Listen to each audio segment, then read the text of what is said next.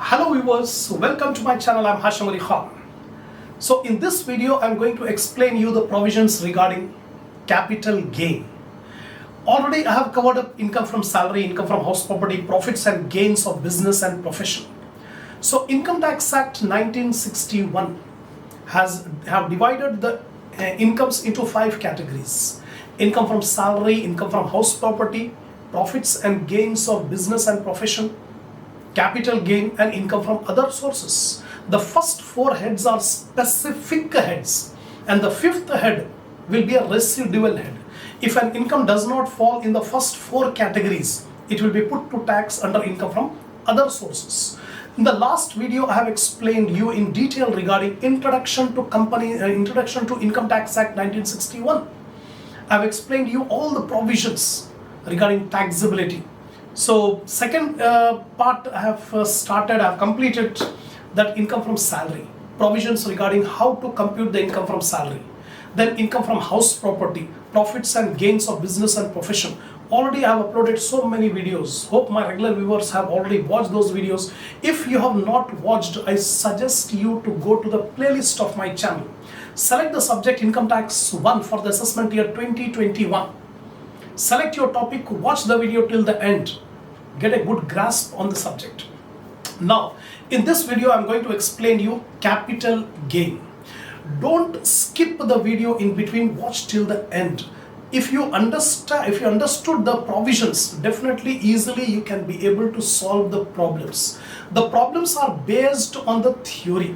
Normally students will skip the theory, they will concentrate only on problems.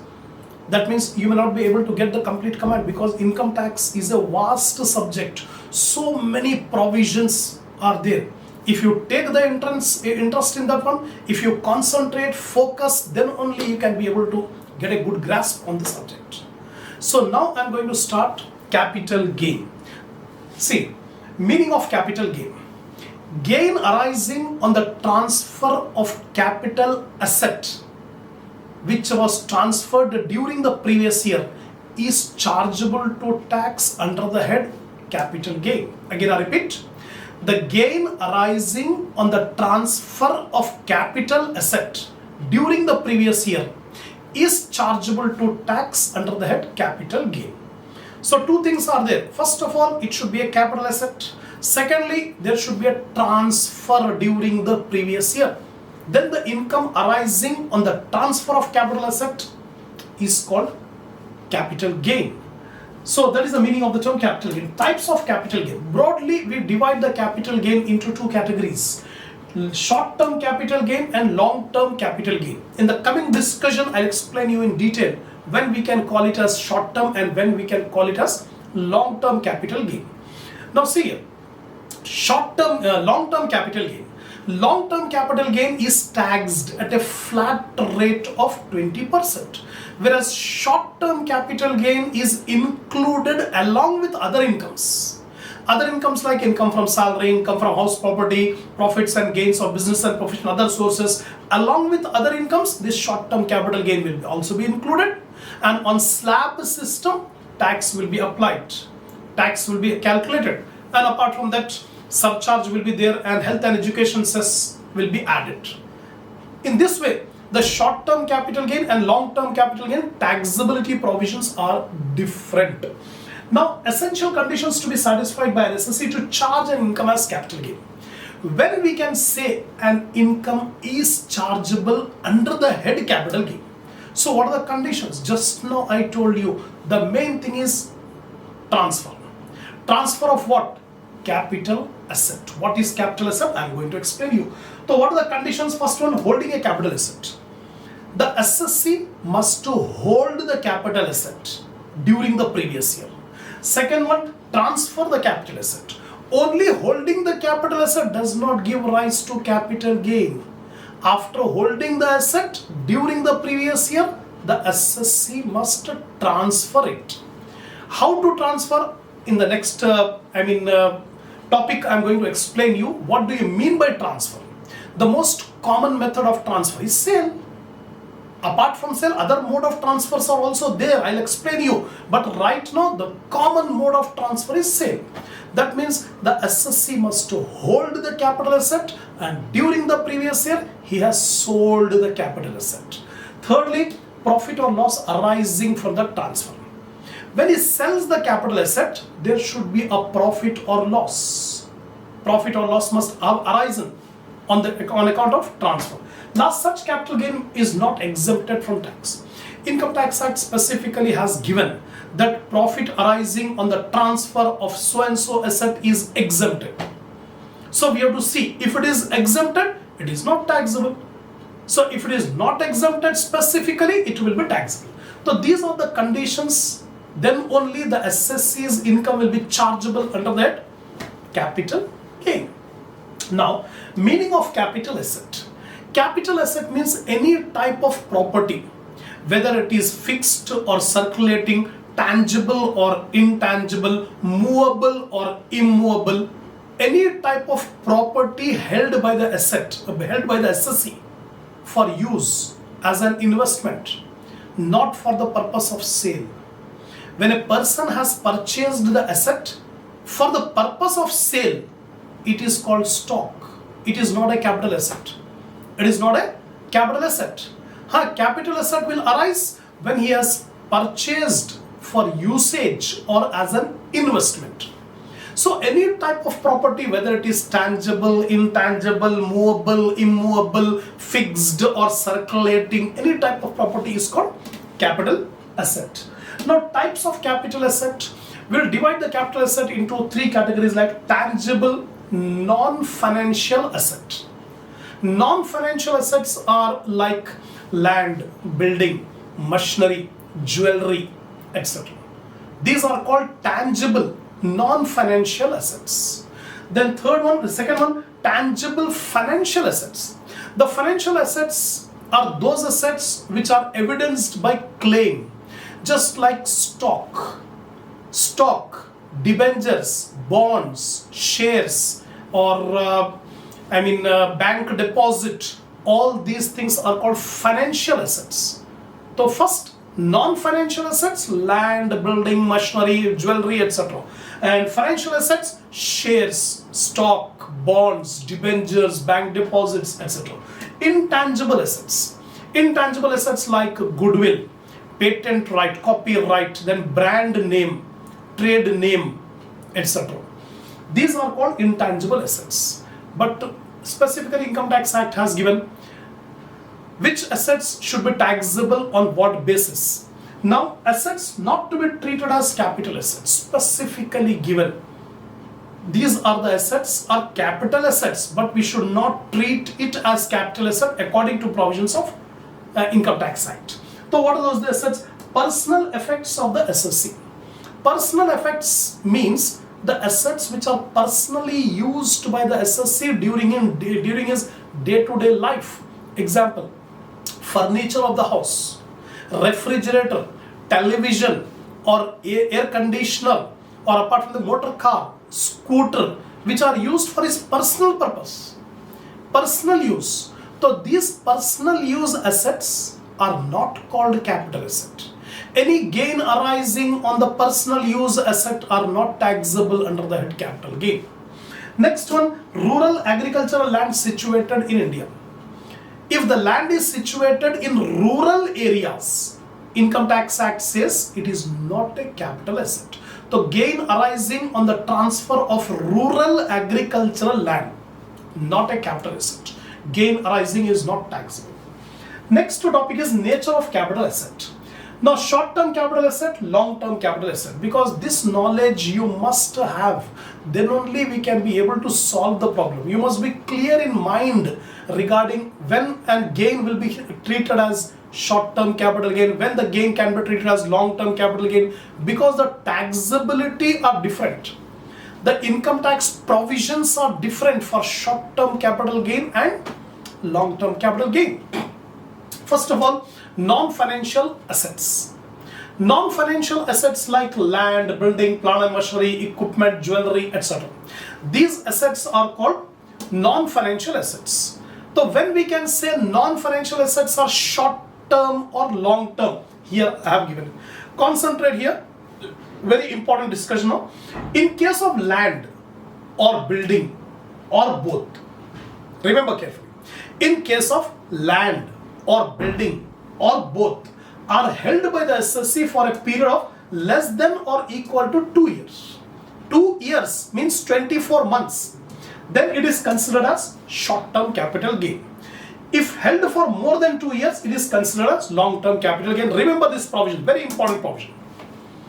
In case of non-financial asset, under non-financial asset, land or building or both, if the SSC hold the asset for less than or equal to 2 years, less than or equal to 2 years, 24 months, it will be treated as short-term capital gain.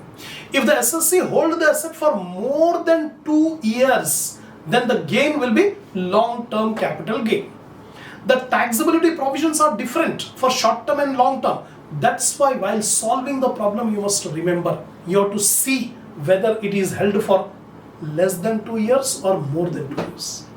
If the land, building or both, if it is held for 2 years or less, the gain arising is short term.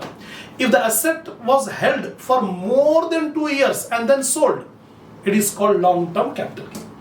Second, other non-financial assets, apart from this land, building or both, leave this land, building or both, other non-financial assets held for a period of less than or equal to 3 years. Here it is 2 years. For land, building or both, holding period 2 years. Here holding period 3 years. If other non-financial assets are held for a period of 3 years or less before transfer, it will be treated as short-term capital gain. If the asset is held for more than 3 years, it will be called long-term capital gain. Now financial assets. Now financial assets are stock, bonds, bank deposits, etc. So examples are equity and preference shares are financial assets. Then equity and debt oriented funds of mutual funds. Zero coupon bond, debentures, bonds and government securities. These are all the examples of financial asset. Now how to treat whether it is short term or long term, again provisions are given. Here I have explained you the provision regarding non-financial tangible assets. Non-financial tangible assets. Now I am explaining you about financial tangible assets. Financial tangible assets. What are the provisions? Now see carefully, because this topic is very important. Securities listed in stock exchange, units of equity oriented funds or unit of UTI and zero coupon bond. Again I repeat, securities listed in stock exchange. Every security will not be listed in the stock exchange. Some securities are listed, some are unlisted in the stock exchange. But now for our discussion, present discussion, securities listed in the stock exchange or units of equity oriented funds. In mutual funds, two types of funds are there: equity oriented and debt oriented. Equity oriented and debt oriented, these two types of funds are there in mutual funds and UTA. So here equity oriented mutual fund or units of UTA and zero coupon bond, less than or equal to 1 year 12 months short term capital gain, more than 1 year 12 months long term capital gain. Remember, very important provision, if the securities are listed in the stock exchange or equity oriented units of UTI or mutual funds or zero coupon bond, these three items you remember. What are the three items? Securities which are listed in stock exchange or equity oriented units of mutual fund or UTI, zero coupon bond. If these securities are transferred, we have to see the holding period. If the holding period is up to 12 months, up to 1 year, it is be called short term capital gain. If the asset was transferred after 1 year, it will be called long term capital gain. Right? Now unlisted shares, these are listed. Now unlisted shares, less than or equal to 2 years, 24 months short term capital gain, more than 2 years long term capital gain. Unlisted shares are there, then the holding period is 2 years. 2 years or less, short-term capital gain. More than 2 years, long-term capital gain for unlisted shares. Now, units of debt-oriented funds. Just now I told you in mutual fund, two types of funds are there: equity-oriented and debt-oriented. Equity-oriented, already we have seen the provision. Now, debt-oriented. Units of debt-oriented funds, unlisted securities other than shares. For unlisted securities which are shares, here already we have seen. Unlisted shares we have seen. Now, unlisted securities other than shares or other financial assets, then less than or equal to 3 years, 36 months short-term capital gain, more than 3 years long-term capital gain. So 3 years or more than 3 years, for which type of securities? Units of debt-oriented funds. Units of debt-oriented funds. Unlisted securities other than shares. Other than shares or other financial assets. Any other financial assets. The holding period is 3 years. 3 years or less, short term. More than 3 years, long. Now note, if listed security, now important, very important note you have to remember while doing the problem. All these points will come. If listed shares or equity oriented units, if listed shares or equity oriented units are transferred through recognized stock exchange on which STT was payable. STT stands for Security Transaction Tax. So whenever securities are transferred in a stock exchange, in a recognized stock exchange, then STT will be payable. So if it is a long-term capital gain arising on shares or equity oriented units of mutual fund, then if the transfer is taking place on a recognized stock exchange on which STT was payable, then capital gain up to 1 lakh rupees is exempted. Over 1 lakh rupees, it is taxable at 10% flat. 10% flat without allowing the benefit of indexation. Again I repeat, if the associate transfers listed securities or units, equity oriented units of mutual fund, two items you have to remember: listed securities in the stock exchange or equity oriented units of mutual fund or UTI. If these assets are transferred in a recognized stock exchange on which STT, Security Transaction Tax, was payable, in that case the long-term gain arising on such transfer is exempted up to rupees 1 lakh. Over 1 lakh rupees, it is taxed at a flat rate of 10% without indexation. Next, if the listed equity shares or equity oriented units are transferred privately, here it is transferred in a recognized stock exchange. तो ये जो exemption मिलेगा 1 lakh rupees का, exemption of 1 lakh rupees will be allowed only if it is transferred in a recognized stock exchange. If it is transferred privately, no STT is paid. Security transaction will not be applied if it is transferred privately. The SSC has to pay tax on LTCG, is given option to pay tax on LTCG of two methods. Income Tax Act has given two options to the SSC. Choose 20% with indexation or 10% without indexation. The minimum of the above two is the tax liability. So if a person has transferred privately the listed shares or units of equity oriented funds privately, that means no STT was paid. In that case, income tax has given two options to the SSC. Choose any one of the options. First option, 20% with indexation. Calculate capital gain. On that capital gain, 20% flat rate with indexation. Or 10% tax rate without indexation. Calculate the tax liability in both the cases. Whichever is less, that will be chosen by the SSC. So when this will be applied, if the listed security are exchanged, are transferred privately on which STT was not paid. If STT is paid, transferred in a recognized stock exchange, 1 lakh rupees exemption. Now, advance money received and forfeited. Sometimes an SSC will transfer the asset, will enter into an agreement to sell the asset. For example, Mr. X, he is having some land building. building. He wants to sell the land and building, so he entered into a contract with a prospective customer. The customer has given him advance money. The contract was not completed, the sale deed was not finished, but advance money has been received from the customer, giving a time period that within 30 days or within 60 days you have to pay the full amount and will get the transfer of the property. But if the buyer has not paid the full amount within the stipulated period, the advance money will be forfeited by the owner. In that case, advance money forfeited, if the forfeiture takes place before 1/4/2014, before 1/4/2014, it will be deducted from cost of acquisition. If the advance money is forfeited after 1/4/2014, then the advance money forfeited is taxable under the head income from other sources. For example, I am the owner of a property, of a building. I want to sell the building.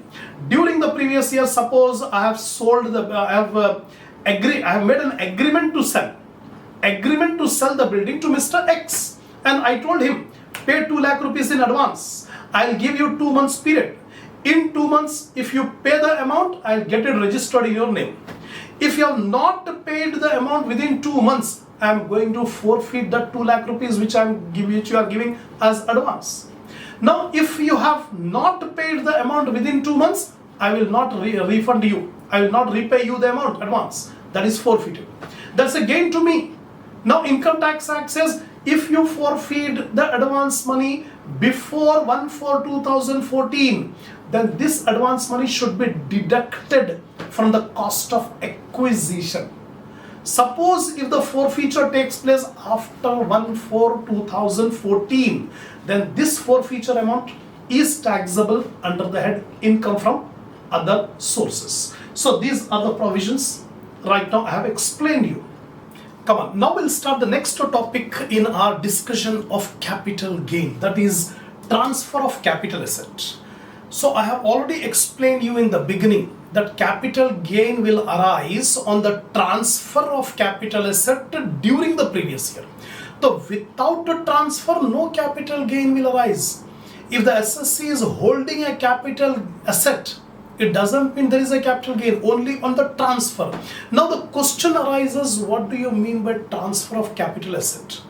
So there are different modes of transfer of capital asset. The first mode is sale. The most common method of transfer of capital asset is sale. That means when the assessee sold the capital asset, it's a transfer. The most commonly mode is sale. Sale means exchange of commodity, exchange of a thing for a price. For example, a person is the owner of the building. He sold the building to another person in exchange for a price. That is a sale, and that is a transfer. Second one, exchange. Sometimes there is a barter system. That means one asset is sold, another asset is purchased without the use of any price. For example, if a person is the owner of the building, he has given the building to a company in exchange for shares. That means the owner, the assessee, has given the building to a company and the company has given the shares to him. There is no price involved. There is no money involved. One asset is exchanged for another asset. And Income Tax Act says this is also a transfer. And if gain arising on such exchange, that is a capital gain. Third one is relinquishment. Voluntarily surrendering the ownership of an asset to another person. Voluntarily surrendering the ownership of the property to another person. Example, a person is the owner of a building. He has transferred his ownership to a partnership firm in which he is a partner. That means voluntarily he is transferring his ownership in the name of the firm. It's called a relinquishment. Again, it is a transfer. If gain arises, it's a taxable capital gain. Second one, extinguishment.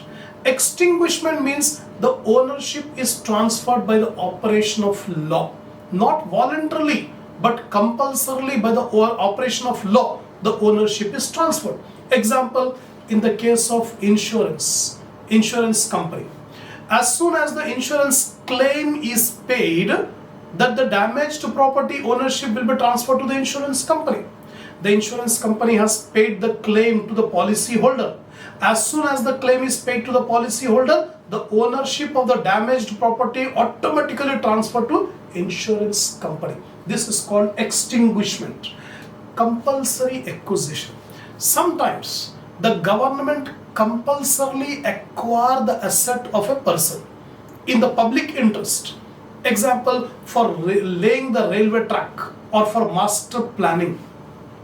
In case of master planning or taking over the property for laying down the railway tracks, the government compulsorily acquires the ownership of the property from the person.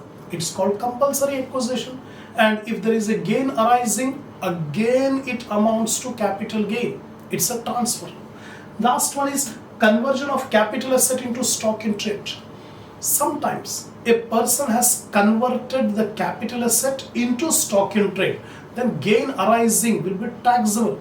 It's a capital gain. Example, suppose a person has purchased 10 lakh rupees worth of gold for his usage, for his, as an investment.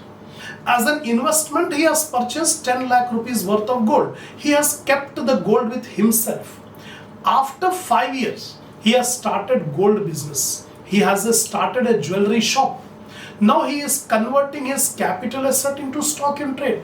He has brought his house gold to his shop. Income Tax Act says it's a conversion of capital asset into stock in trade. Any gain arising. For example, he has purchased the gold for 10 lakh rupees. And after 5 years, when he is converting the gold into stock in trade, the value of the gold has increased to 14 lakh rupees. At the time of purchase, he has purchased for 10 lakh. At the time of converting it into stock in trade, its value is 14 lakh. So 4 lakh rupees is called capital gain. And that will be taxable. These are the cases where there is transfer. And whenever there is a transfer, there may be capital gain or capital loss. This question may be asked in your examination for theory. Explain what do you mean by transfer of capital asset. So you have to write all these points which I have explained to you. Now capital gain. First thing, the assessee should be owner of the capital asset. Secondly, there should be a transfer of capital asset during the year, during the previous year. Thirdly, capital gain should arise. Then what do you mean by capital gain? The excess of consideration received over the cost price of the asset. Excess of consideration received over the cost price of the asset is called capital gain. In simple words, we can say selling price of the asset minus cost price of the asset. So time being, I can say a person has purchased the building for 50 lakh and sold the building for 80 lakh. Sold the building for 80 lakh and he has purchased it long back for 50 lakh. So 80 lakh minus 50 lakh, 30 lakh rupees is the capital gain. Suppose if the cost price is more than the consideration received, there is a capital loss. Example, he has sold the building for 50 lakh, which he has purchased for 80 lakh. So purchase price 80 lakh, sale price 50 lakh. There is a capital loss. Then in this way we calculate capital gain. Now cost of acquisition. In order to calculate the capital gain, two things are required: consideration received and cost of acquisition. Consideration received is the sale price.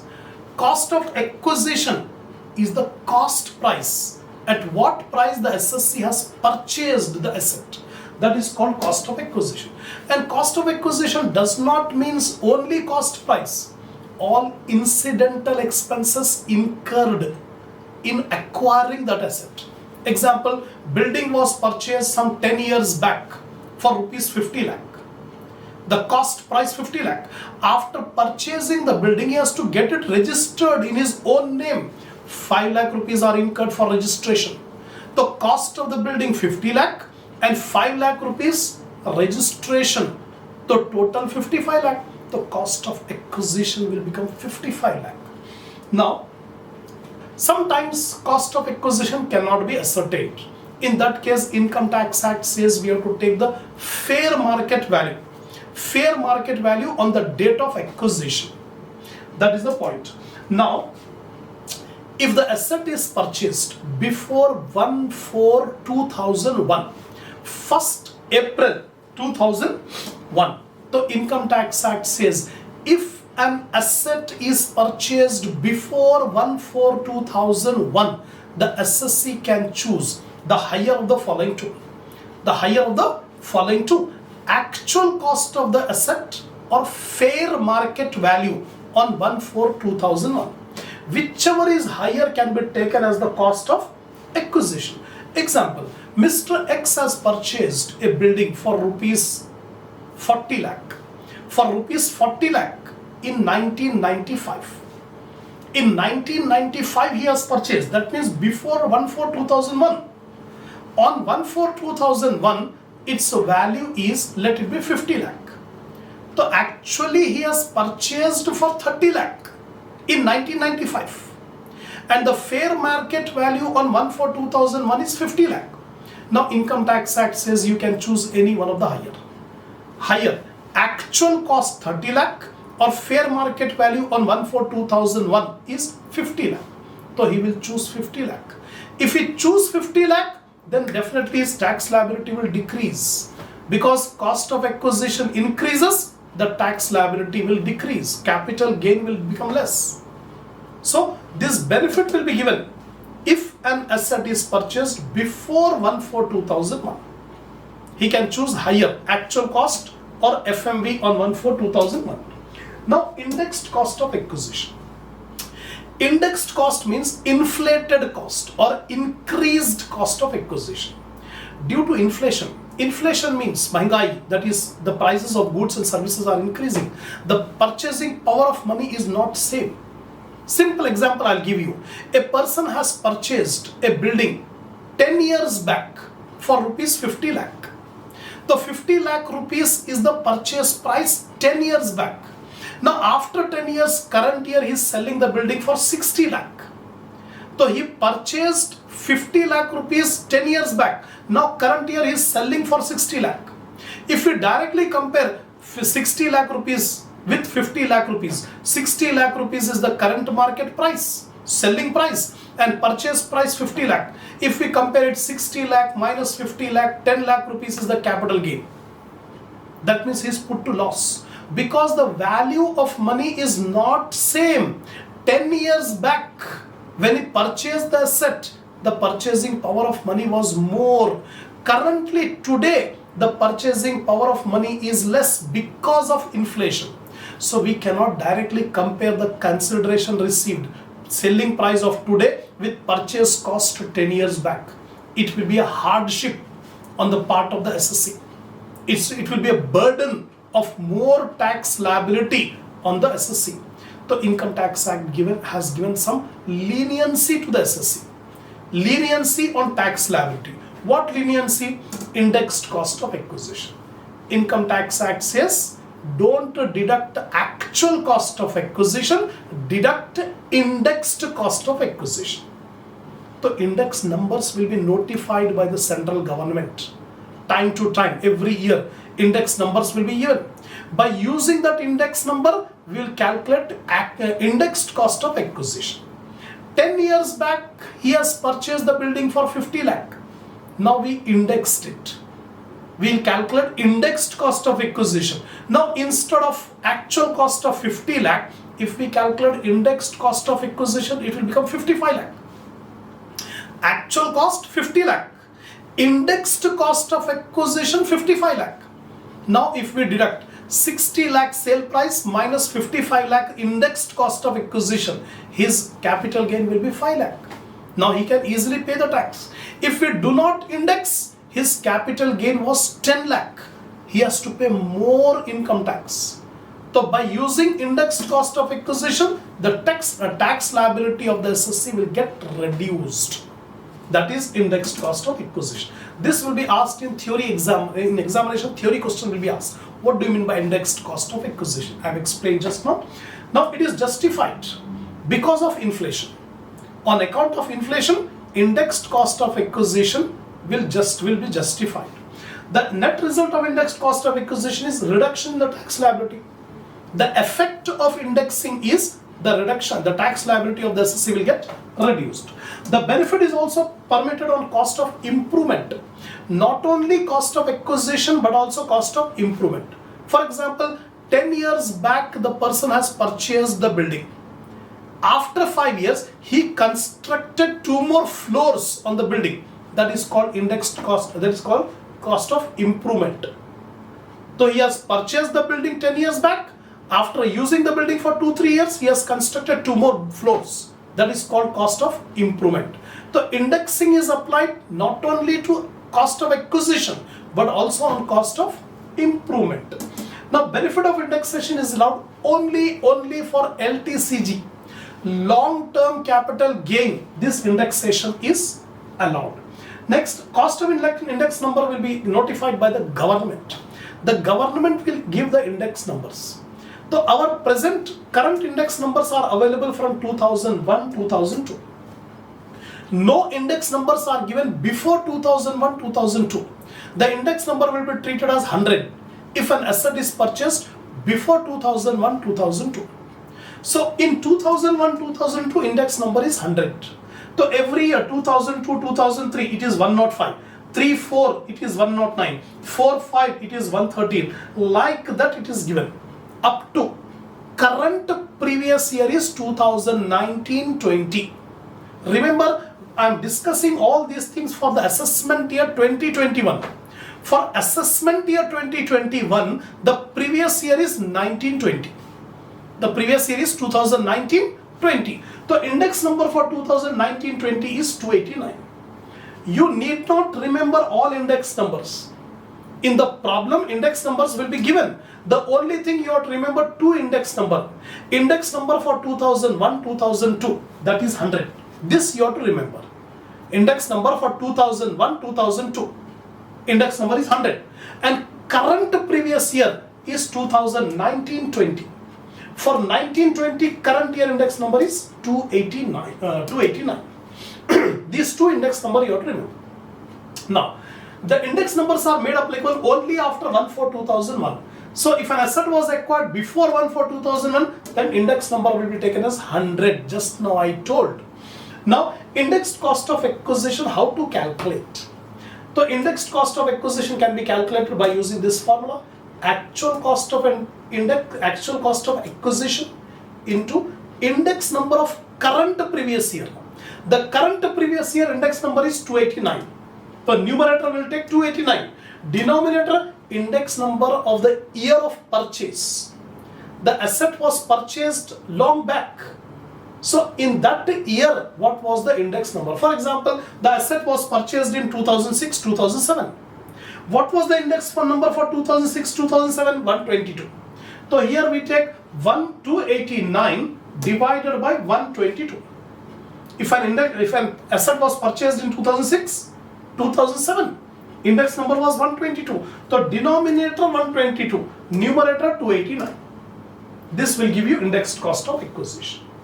Now, components for calculating capital gain. For calculating capital gain, we need 4 items. The first one, consideration received, that is the sale price. Second one is the transfer expenses. Normally when asset is sold, transferred, some expenditure will be incurred like commission paid, brokerage paid, etc. That is transfer expenses. Thirdly, cost of acquisition, at what price he has purchased. And cost of improvement, if there is any improvement made in that asset after acquiring. These 4 are the items. Transfer of depreciable asset. Income Tax Act says if depreciable asset which is used in the business is sold, the gain arising will be short-term capital gain, irrespective of the period of holding. In other words, if machinery, plant, equipment or furniture, these 4 are the depreciable assets. Depreciation is allowed on plant, machinery, furniture or equipment. If these assets are sold, it will always be short-term capital gain. It will always be short-term capital gain. irrespective of the period of holding. Example, a business is using the machinery for 25 years. After using 25 years, now it is sold away. Now gain arising will be short-term capital gain, because the asset is a machinery or depreciable asset, and the asset is used in the business. This point you have to remember while doing the problem. Now format. The format of computing the capital gain, income from capital gain, is this one. In this format, I am going to solve the problem in the coming videos. So first of all, computation of dash, income from capital gain for the assessment year dash, current assessment year 2021 will take. Next, consideration received. First, we'll take the consideration received, sale price. From this, we deduct transfer expenses. So consideration received minus transfer expenses will get net consideration. From net consideration, we deduct indexed cost of acquisition, indexed cost of improvement. Both indexed cost we will deduct outer column.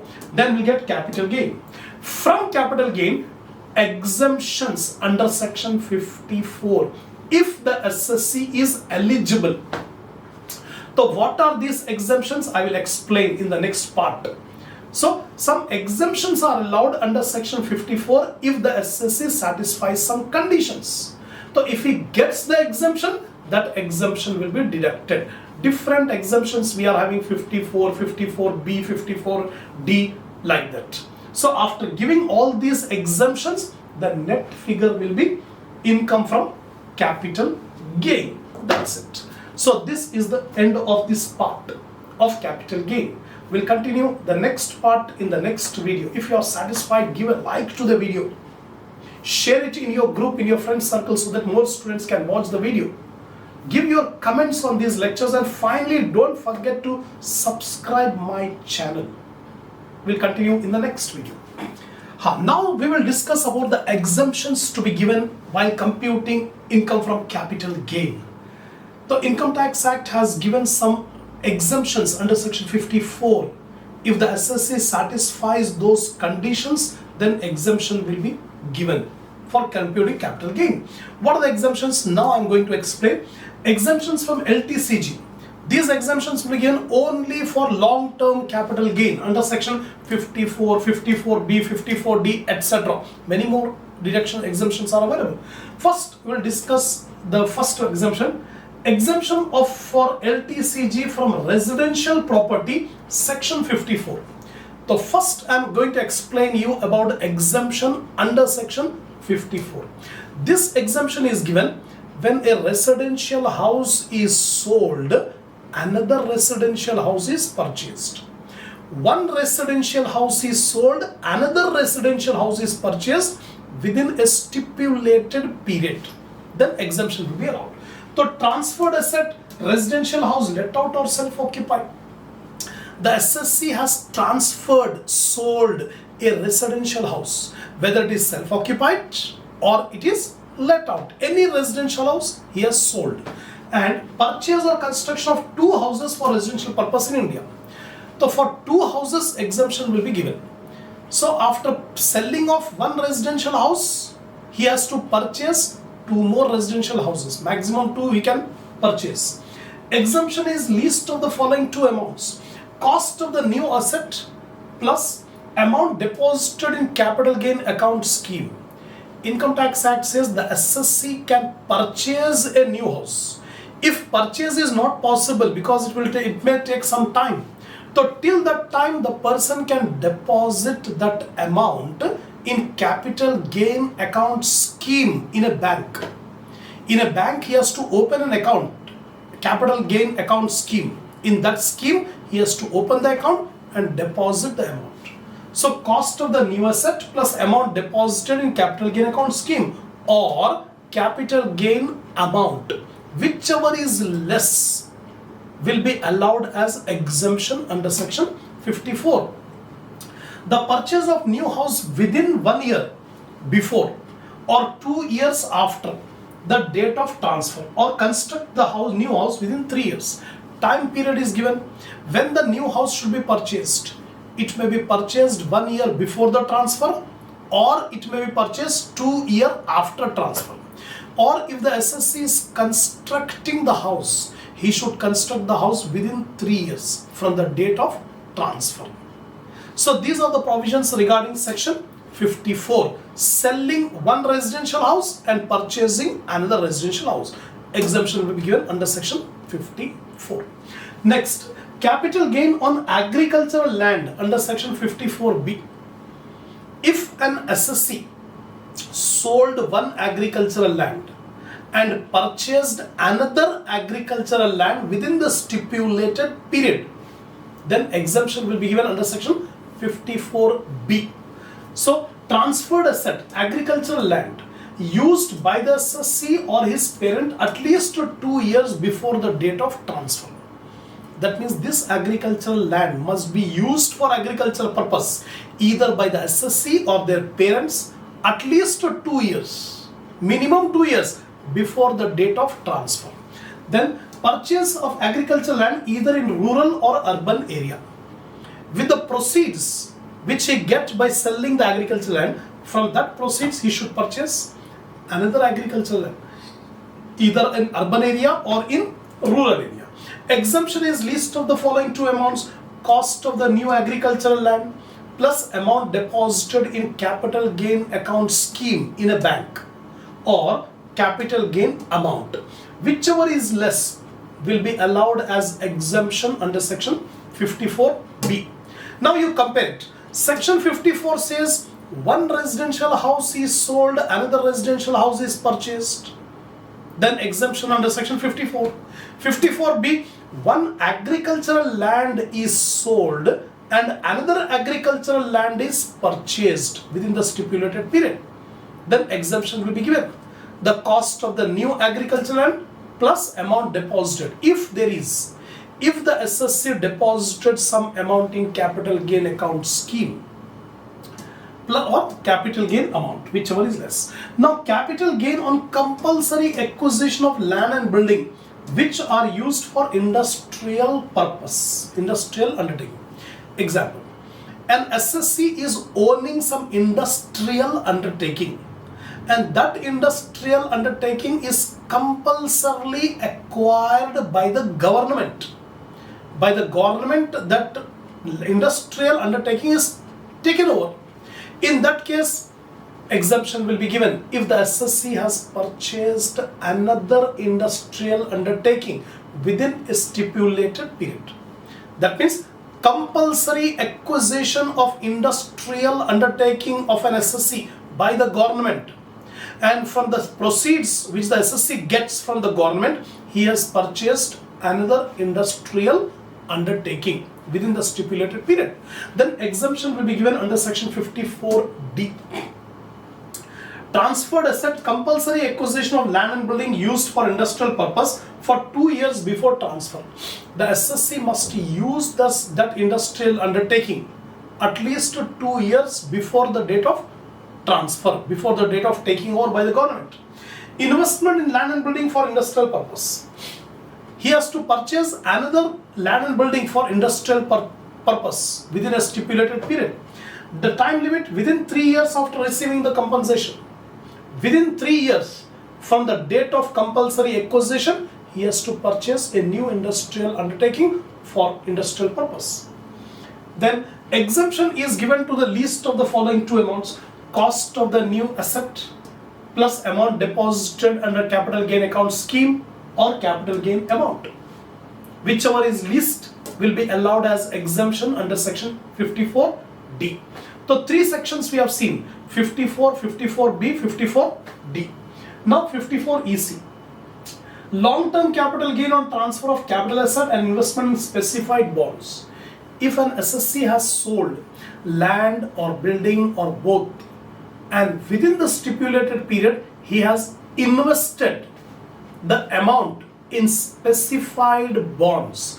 What are specified bonds? Income Tax Act has specified, given that these are the specified bonds. So if an assessee has sold land or building or both, and he has invested the proceeds in specified assets, exemption will be given under section 54 EC. Transferred asset, any land or building or both, long term, it should be long term. Investment in specified assets. What are specified assets? Some examples I have given here. Bonds of Rural Electrification Corporation. Bonds of Rural Electrification Corporation, or National Highway Authority of India, or Power Finance Corporation of India Limited, or Indian Railways Corporation. These are the bonds issued by these organizations are called specified bonds. Then if an SSC has invested in the bonds of these corporations, he will get exemption under section 54 EC. Time limit within 6 months from the date of transfer. Within 6 months from the date of transfer, the SSC must invest the amount in these corporations. Exemption is least of the following two amount: actual amount invested or fixed 50 lakh, whichever is least. Actual amount invested or fixed 50 lakh, whichever is least, will be allowed as exemption. Now next one is long-term capital gain from any other asset other than residential house and purchasing or constructing a residential house. If an SSC has sold any asset other than residential property and purchases a residential property within a stipulated period, exemption will be given under section 54F. 54F. Transferred asset. Any asset other than residential house. Any asset other than residential house. Example is land or gold or commercial building. Example, land or commercial building or gold. So if any other asset are sold, an investment in one residential house in India, the amount received will be invested in one residential house in India. Exemption is least of the following two amounts. If the cost of the new asset is more than the consideration received, then the capital amount is fully exempted. Now we have to compare the cost of the new asset with the consideration received. Example, the other asset, any other asset was sold for 50 lakh. Consideration received is 50 lakh and capital gain is 5 lakh. After making all computation, capital gain is 5 lakh. The cost of the new asset, the cost of the new residential house is, let it be 60 lakh. The new house cost is 60 lakh. The consideration received from the old asset, sale of old asset is 50 lakh. In that case, the entire amount of capital gain is fully exempted because the cost of the new house is more than the consideration received. First, or if the cost of the new asset is less than the consideration received, if the cost of the new asset is less than the consideration received, then proportional exemption will be given. The amount of exemption is equal to capital gain into cost of new house divided by net consideration received. Whichever is less will be allowed as exemption. Time limit: purchase of house before 1 year or 2 years after the date of transfer, or construct the house within 3 years from the date of transfer. Time limit is given. The new house should be purchased 1 year before or 2 years after the date of transfer. Or if a new house is constructed, construction should be done within 3 years from the date of transfer.